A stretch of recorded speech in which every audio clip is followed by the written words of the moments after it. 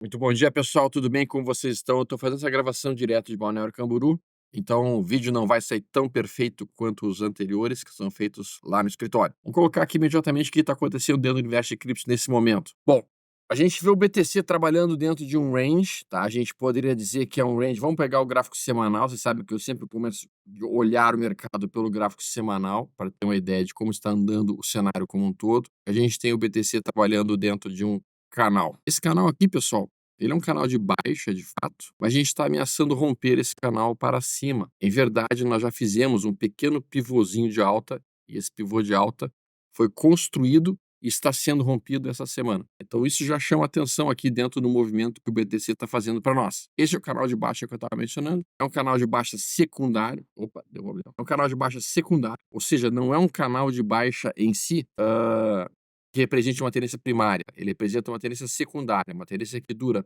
mais de um mês, mas menos de 6 meses. Nós estamos, neste momento, desafiando a linha de retorno desse canal, que é a região de $66.400. Então, aqui, olhando o cenário atual, nós temos que ficar atentos se o BTC vai ter forças suficientes para romper essa região, e aí testar realmente a região de resistência em $69.000, ou se ele vai literalmente passar a enfraquecer, perder a mínima de ontem, e ao enfraquecer e perder a mínima de ontem, retornar para o suporte mais próximo, que nesse momento encontra-se na região de $60.350. Do ponto de vista puramente técnico, nós teremos que dizer que o movimento mais provável seria nós não conseguirmos romper agora. Porque, como Charles Down dizia, a tendência é válida até ser revertida, e de fato nós ainda não comprovamos esta reversão. Então, qual que seria a conduta aqui nesse momento para um trader mais conservador?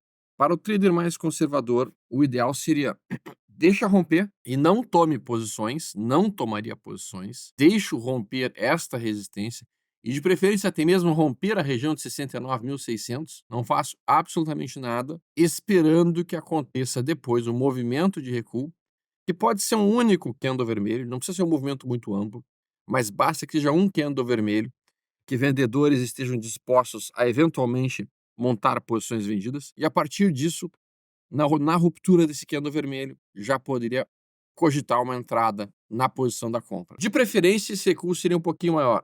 De preferência, esse recuo seria composto por alguns dias que aproximariam desse topo anterior rompido e permitiriam, então, uma compra mais sensata e mais próxima de um suporte na região de $68.980 depois que acontecesse esse rompimento. Isso seria, obviamente, o mais sensato a ser feito, já que a gente gosta de comprar suportes e não comprar em cima de resistências.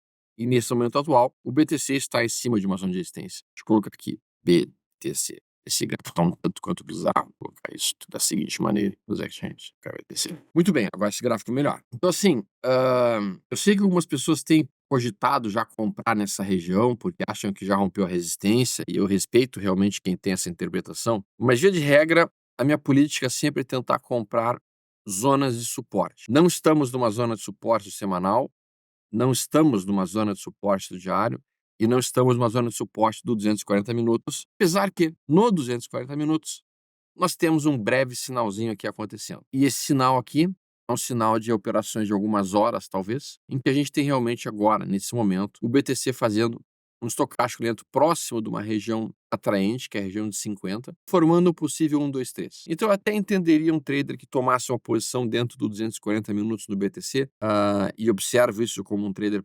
plausível, mas a gente tem que levar em consideração que ele está realmente acreditando que a resistência será rompida e de que esse é o movimento do BTC que vai tentar retestar o topo anterior, coisa que eu ainda não tenho plena certeza, porque nós não estamos perto ainda da eleição americana o suficiente para poder dizer isso. Vamos dar uma olhada aqui quais são a questão no Ethereum. O pessoal pergunta muito sobre o Ethereum. O Ethereum vem perdendo realmente força há algumas semanas, talvez alguns meses.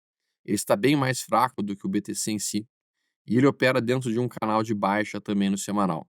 Só que o canal de baixa do semanal do Ethereum é um pouquinho mais inclinado que o canal de baixa do BTC.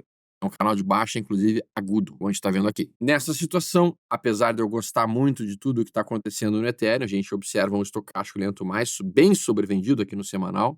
A gente observa este topo anterior aqui funcionando como sólido suporte para o Ethereum. Depois ele foi cutucado aqui e, por último, cutucado por esses movimentos nessa região. Então, para mim, O Ethereum, sim, está encostando numa zona de suporte. Para quem gosta de operar suporte, como eu mencionei agora há pouco, é um prato cheio, podemos por assim dizer. A gente formou aqui uma mínima mais baixa, mínima mais alta no semanal. Isso automaticamente acionou uma entrada no Ethereum na ruptura deste candle. E não me surpreenderia que o Ethereum buscasse um alvo específico aqui. Qual é o alvo? Seria voltar para esta região que aqui encontra-se. Se nós somarmos este candle aqui, então a gente soma este candle com este candle, com este candle, a gente cria aquilo que eu chamo de blended candle. É um candle unificado, em que a gente pega 3 candles, junta eles, pega o corpo desse candle, desloca para cá, pega o corpo desse candle, desloca para cá. E tudo isso vira uma enorme barra de exaustão possível do movimento de queda, justamente para a gente buscar essa abertura que aqui encontra-se. Então, olhando esse cenário e entendendo isso, por exemplo, a gente teve o mesmo blended candle aqui, ó. Isso aqui é um candle unificado. Se a gente juntar esse candle com esse candle, percebam que por que a gente consegue fazer isso nesses candles específicos? Porque o corpo desta barra não encosta no corpo desta barra. E na verdade, se tu pega o corpo dessa barra e desloca aqui para a esquerda, ela encaixa perfeitamente como se fosse um quebra-cabeças. O mesmo acontece nesse conjunto de barras que encontra-se aqui, ó. Peguem esta barra e desloquem ela para cá. Peguem esta barra, desloquem ela para cá. Peguem esta barra, desloquem ela para cá. E pega essa barra e desloca ela para cá. E tu empilha um bloco em cima do outro, formando tudo isso uma única, gigantesca barra de propulsão ou barra de ignição. Como vocês bem sabem, o início dessas barras de ignição, a gente já comentou algumas vezes com vocês, ou seja, a abertura dessas barras, funciona como um ímã de atração e que realmente o mercado acabou vindo buscar neste ponto aqui e depois tocando aqui. Agora que ele já encostou 2 vezes nesse local, inclusive fez um duplo fundo, no meu entendimento, o movimento mais provável para o Ethereum seria retornar para esta região, que agora funciona como imã de atração, a região de $3.500. Então, o gráfico semanal do Ethereum entrou numa perna de alta. No gráfico diário, a gente percebe que a gente está encostado numa zona de resistência bem incômoda e bem chata, que é a média móvel de 80 dias, que vem caindo, inclusive. Além disso, a gente fez uma divergência baixista que encontra-se aqui. Vejam que a gente tem o estocástico lento mais baixo do que ele estava no último topo, e esse topo está mais alto que o último topo. Uma divergência baixista. Vocês sabem que eu não sou um fã, confesso, de divergências. Eu acho que divergência funciona apenas quando ela funciona, ou seja, ela precisaria ainda ser acionada, a divergência, e para ser acionada, teria que perder a linha de tendência de alta contra a qual ela está operando, coisa que ainda não aconteceu. Olhando essa situação, para mim, eu tenho 2 pontos plausíveis de serem trabalhados. Primeiro ponto, para o sujeito que está um pouco mais receoso e quer operar a favor da tendência, esse sujeito poderia sim cogitar uma venda de Ethereum, porque afinal de contas, a gente fez um topo em cima de uma média móvel, estamos sobrecomprados, temos a divergência. Então não seria de todo maluco o cara que pensasse em vender essa posição aqui, com o stop dele nessa posição aqui, para buscar realmente, pelo menos, a zona de suporte que encontra-se aqui embaixo. Vantagem nesse sistema, um stop curto e um alvo longo. Aí um alvo bem longo e é a favor de uma tendência de baixa do gráfico semanal, que apesar de eu ter a impressão de que está modificando-se para uma alta, nós ainda não temos como ter certeza. Não, eu não operaria opções de Ethereum. Talvez eu pudesse trabalhar uma compra de put aqui. Porque a vantagem de comprar put é que a gente teria um risco bem limitado, e isso seria uma vantagem plausível e possível. Agora, notem, ao romper essa região aqui, literalmente nós vamos estar frustrando todo mundo que vendeu neste candle, neste candle, neste candle e neste candle. O que significa que o rompimento desta região, para mim, é, sem dúvida alguma, um ponto bastante importante para o mercado e seria um ponto, inclusive, de acionar posições. Seria um ponto, inclusive, plausível de eu estar comprando o ativo aqui. Então, se eu fizesse uma compra de put aqui, meu stop também é curto nessa put. Se eu fizesse, por exemplo, uma venda do Ethereum, meu stop é curto e poderia, inclusive, ser produzido, se rompesse depois, uma reversão da mão. E aí, qual seria o alvo se a gente romper essa região, Stormer? Bom, se a gente romper essa região, nosso alvo aqui fica muito mais longo. O alvo vai ficar pelo menos aqui na região de 3.200. E no semanal, como a gente já mencionou, 3.250, 3.500. Quando a gente entra nos 240 minutos, a gente já fez algo que eu gosto bastante, que é o que, basicamente? A gente já está acima da média móvel de 80 e a gente já vem operando dentro de topos de fundos ascendentes, dentro de uma média móvel de 80. E, olha que lindo, já temos sequências importantes. Estocástico ainda não está no nível perfeito de entrada, eu ainda esperaria cair um pouquinho mais, caindo um pouquinho mais, a formação de 1, 2, 3, por uma tomada de posição nos 240 minutos. Alguns amigos meus têm operado nos 120 minutos, e eu entendo que 120 minutos também é interessante, em alguns momentos mais rápidos do mercado, como o que a gente pode estar vivenciando agora. Nos 120 minutos, um trader bem agressivo já estaria cogitando uma entrada exatamente aqui, ó, com o stop ficando exatamente nessa região? Não. O ideal é a gente dar um pequeno filtro. Esse filtro pode ser o envelope de 27%, ou ele poderia colocar o stop dele abaixo do fundo imediatamente anterior, que encontra-se em 2.611. E aí, naturalmente, ele larga um alvo de 3 vezes o risco para cima, e ele tem o alvo dele posicionado, neste caso, em $2.780. Isso seria Ethereum. Bom, o pessoal pergunta bastante também sobre Solana, porque a Solana está muito forte ultimamente, a gente está vendo que ela está poderosa, e esse é o gráfico da Solana. Solana faz o mesmo movimento do Bitcoin em termos de canalzinho de baixa, que a gente está vendo, uma baixa secundária, né? Com discretos topos e fundos descendentes, é uma baixa contida, como o pessoal que trabalha com música clássica diria, é um allegro ma non troppo, como se diz, ou seja, não é nada muito entusiasmado essa queda. A gente vê, inclusive, que o movimento aqui é um pouco mais até lateralizado que o do próprio BTC. Eu gosto muito desses dois candles que formam esse fundo já acima do fundo anterior, e a gente está nesse momento tocando uma zona de resistência novamente, assim como o BTC. E a dúvida de $1 milhão é se nós iremos romper esta resistência ou não. Honestamente falando, é praticamente impossível a gente ter qualquer pretensão de adivinhar se vai acontecer o rompimento ou não neste movimento atual. E não é assim que um trader opera. O trader não tenta adivinhar para que lado o mercado vai. O trader tenta sempre entender qual que é a tendência que eu estou operando e qual que é a tendência que eu estou trabalhando, e se eu estou próximo da zona de suporte de uma tendência de alta ou se eu estou próximo de uma zona de resistência numa tendência de baixa. E qual que é a tendência de Solana no semanal nesse momento? Eu não tenho a menor ideia. Eu não consigo dizer qual que é a tendência, porque eu não consigo dizer se é uma tendência de alta, se é uma tendência de baixa, se é uma tendência de lado. Então, para um trader que opera num gráfico semanal, ainda não é o momento de tomar posições agressivas em Solana, nem tampouco em BTC, porque elas não estão em tendência de alta. Agora, o cara que opera num gráfico diário já está vendo um cenário diferente. Esse sujeito que opera num gráfico diário, sim, ele poderia dizer que está numa tendência de alta, porque a gente consegue ver aqui topo, fundo, topo, fundo, topo. Ou seja, sequência de topos e fundos em alta. Então ele diria: estou em tendência de alta no gráfico diário. Está. Mas está perto de um suporte? Não, não está perto de um suporte. Na verdade, está perto de um topo anterior. Então não adianta nós estarmos numa tendência de alta e nós não estarmos perto do suporte, porque isso também não me oferece uma compra segura. Eu sei, vocês estão desesperados para comprar. Também estou, mas não é agora. Não é agora que a gente deve fazer.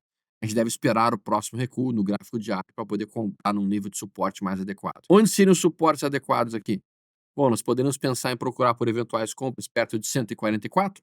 Poderíamos. Se acontecer isso, seria fantástico. Poderíamos pensar em fazer eventuais compras em cima desse topo anterior, 138? Melhor ainda. E qual que seria o melhor momento de todos? Solana recuar, tentar perder este fundo prévio e o candle seguinte rejeitar. E aí sim, os deuses do mercado estariam sorrindo para nós, com olhos bastante orgulhosos da paciência que a gente teve para esperar com toda a tranquilidade do mundo que o mercado caísse no nosso colo. No gráfico de 240 minutos, quem gosta de operar gráfico de 240 minutos, bom, esses senhores já estão olhando e literalmente salivando por possíveis compras dentro de Solana, pensando: uou, eu quero isso aqui. Estamos em cima de um topo anterior rompido, estamos dentro de um canal de lado no gráfico de 240 minutos, estamos com o estocástico cada vez mais sobrevendido, basta que esse gráfico aqui termine e a gente possa, então, imediatamente cogitar uma entrada na ruptura deste candle, stop ficaria abaixo deste fundo que não foi tocado e o alvo 3 vezes risco para cima. Observe que essa é uma entrada possível? Sim, essa é uma entrada possível.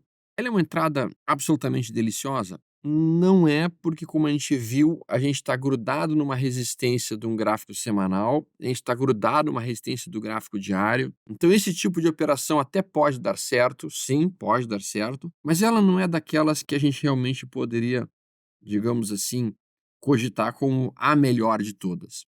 A melhor de todas acontece quando a gente tem uma tendência de alta no semanal, coisa que a gente não tem, uma tendência de alta no diário, coisa que a gente já tem, mas que esta tendência de alta no diário esteja em cima de um suporte. E aí tu tem o sinal de entrada no 240 minutos. Aí tu tem realmente o melhor movimento possível para tomada de posição. Então aqui a gente tem um sinal de compra acontecendo no gráfico de 240 minutos, mas num contexto gráfico de time frame mais longo que não é favorável e, portanto, é ruim para a gente. E aí eu prefiro, se vocês quiserem, vocês podem eventualmente fazer o que vocês quiserem diante de vocês, mas eu prefiro ir com um pouco mais de cautela, com um pouco mais de, digamos assim, de receio do que está acontecendo aqui. A gente tem alguns ativos, no entanto, que estão em tendência de alta no semanal, estão em tendência de alta no diário, estão em tendência de alta no gráfico de 240 minutos. A SUI é um exemplo desses. Nós temos a SUI trabalhando em topos e fundos ascendentes, ela conseguiu romper a máxima, na verdade, a linha de tendência de baixa que ela vinha desenhando.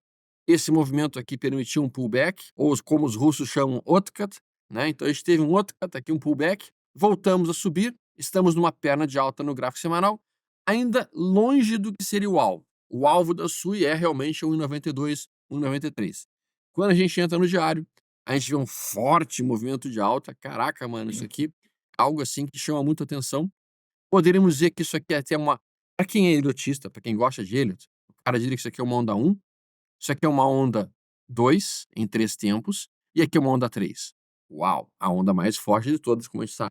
Então, onda 3 estabelecida aqui dentro do gráfico diário, topos e fundos ascendentes. E aqui tem uma característica que eu gosto muito, que é o seguinte. Vejam, esse candle aqui, candle número 268. Esse candle 268, ele é um candle muito amplo, muito forte, muito poderoso, bem maior do que os candles prévios, mais ou menos como este candle aqui. E todos os candles de correção seguintes, eles estão contidos pelo candle maior. Então, quando tu vê um candle desses, em que os candles de correção, vários candles de correção, eles estão todos eles contidos por um único candle grande, isso aqui é apenas um processo de recuo dentro de uma tendência de alta para retomar um ciclo de alta mais poderoso, pelo que eu chamo de N. Aconteceu aqui, sendo que essa barra aqui conteve essas duas outras barrinhas aqui, até que daqui a pouco a gente disparou, e está acontecendo dentro da Solana nesse momento, com esses movimentos de queda que não tem coragem de empurrar realmente o mercado para baixo. E quando tu entra nos 240 minutos, yes! Agora a gente tem exatamente o sinal que a gente gosta tanto de operar. Veja que o cenário aqui da SUI, ele é parecido com o cenário da Solana, mas ele é diferente do cenário da Solana. Por quê? Porque a Solana estava batendo uma resistência do diário, uma resistência de semanal, e estava dando sinal de compra no 240 minutos. A SUI não está batendo na resistência do semanal, nem tampouco na resistência do diário, e ela está gerando sinal de compra no gráfico de 240 minutos. Então, entre a SUI e a Solana, infinitamente falando para mim, muito mais interessante uma entrada aqui, com o stop ficando imediatamente abaixo do fundo, que não foi cutucado, certo? Então, essa é a minha interpretação para a SUI nesse momento. Injective, quem olha aqui e já conhece meu estilo de operar, já começou a salivar só por ver isso daqui. Que delícia! Olha só, a gente tem um canal de alta bem simples de ser desenhado, né? Não precisa ser nenhum mestre Jedi na análise técnica para desenhar esse canal de alta aqui. Canal de alta bonito, estamos tocando ele de retorno, estocástico dentro sobrevendido, resta saber se a gente está próximo. Se a gente está em uma tendência de alta no diário, e estamos em tendência de alta no diário, estamos em tendência de alta no semanal. Não estamos em tendência de alta no semanal, estamos em tendência de lado no semanal. No diário, um trader um pouco mais otimista poderia dizer: a gente está em cima de um suporte, Stormer, do diário. Por que um trader mais otimista poderia dizer isso? Porque um trader mais otimista diria: nós já conseguimos romper esta resistência aqui, o topo de agosto, e nós estamos fazendo um pullback, e, portanto, resistência rompida virou suporte. Então aqui é uma zona de suporte plausível. Ok, aceito esse argumento. Mas tem outro argumento que eu aceitaria mais ainda se o cara me dissesse: Stormer, este candle vermelho que está aqui, ele é um candle que bateu exatamente em cima do topo anterior. E este é um candle que vendedores disseram: vai cair, vai cair. E ao mesmo tempo que eles disseram isso, eles venderam. Então este candle é um candle de mudança de expectativa. Por quê? Porque literalmente, ao invés de cair, o mercado rompe a máxima e frustra todo mundo que vendeu nesse candle. Então, esta região que está aqui, para um trader que utiliza esse modelo, o cara já consideraria isso aqui como um suporte. E, portanto, como ele está dentro do suporte do diário, permitir a ele olhar os 240 minutos e, dentro dos 240 minutos, entender esse sinal aqui como um ótimo sinal de entrada. Um ótimo sinal de entrada. Falta 1 minuto para esse candle terminar e, automaticamente, um trader poderia pensar nisso, já tomando uma posição aqui. Eu não colocaria meu stop aqui, fica um stop muito curto. Aqui eu utilizaria ou o envelope do Joe Ross, ou eventualmente colocaria um stop no fundo imediatamente anterior, que encontra-se aqui. Então o stop um pouquinho mais afastado. E o alvo 3 vezes o risco. Bom, galera, então o vídeo de hoje era basicamente sobre esses ativos. Espero que vocês tenham curtido, gostado. Eu vou tentar levantar isso o mais rápido possível. Um forte abraço a todos. Vocês tenham um ótimo domingo e fiquem com Deus. Até mais.